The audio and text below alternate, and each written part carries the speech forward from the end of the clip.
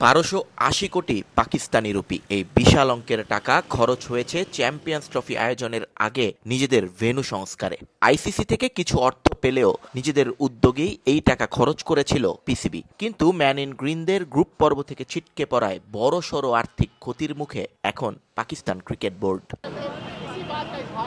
এবারের চ্যাম্পিয়ন্স ট্রফির ভারত ম্যাচগুলো ছাড়া বাকি সব ম্যাচের আয়োজক ছিল পাকিস্তান। করাচি, রাওয়ালপিন্ডি এবং লাহোরে হয়েছে সে ম্যাচগুলো, কিন্তু নিজেদের দেশ ভালো না করায় কোনো ভেন্যুতেই দর্শক আগ্রহ ছিল না সেরকম, যে কারণে টিকিট বিক্রির লাভটাও আহামরি কোনো অঙ্কের হয়নি পাকিস্তান ক্রিকেট বোর্ডের। তারপরও আশা ছিল সেমিফাইনাল ম্যাচকে ঘিরে মানুষের উন্মাদনা বাড়বে কয়েক গুণ। কিন্তু New Zealand south Africa match Ramzan মাসে হওয়ায় মুসলিম প্রধান পাকিস্তানে সাড়া ফেলতে পারেনি একেবারেই। সোজা কথা, কোনো কিছুই পক্ষে আসেনি পাকিস্তানের। একমাত্র নিরাপত্তা ব্যবস্থা নিয়ে কোনো প্রশ্ন তোলার জায়গা না রেখে সবার বাহবা কুড়িয়েছে পিসিবি।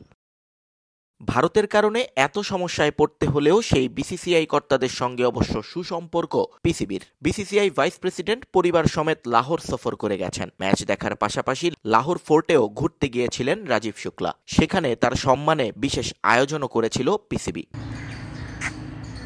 যদিও এসব সম্পর্কের আড়ালেও নিজেদের হতাশা এবং ক্ষোভ চাপা দিতে পারেননি পিসিবি কর্তারা। ভারতের কারণেই যে স্বাগতিক হয়েও ফাইনাল ম্যাচ আয়োজন করতে পারছেন না তারা, এ বিষয়ে তাদের হতাশা দৃশ্যমান। ইতোমধ্যে গণমাধ্যমে খবর, আর্থিক ক্ষতির বিষয়ে আইসিসির সঙ্গে কথা বলবেন মহসিন নাকভি। পিসিবির দাবি, ভবিষ্যতে আর কোনো টুর্নামেন্টে যেন একটি দেশের জন্য এমন সমস্যায় পড়তে না হয় অন্য দলগুলোকে। সবার জন্য একই নিরাপত্তা ব্যবস্থা, অনুশীলন সুবিধা এবং ট্রাভেল আইন চাইবে পাকিস্তান ক্রিকেট বোর্ড।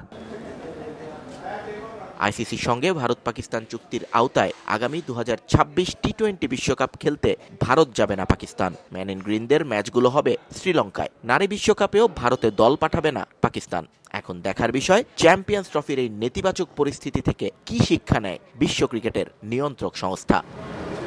নিয়ন মোহাইমিন, সময় সংবাদ, লাহোর, পাকিস্তান।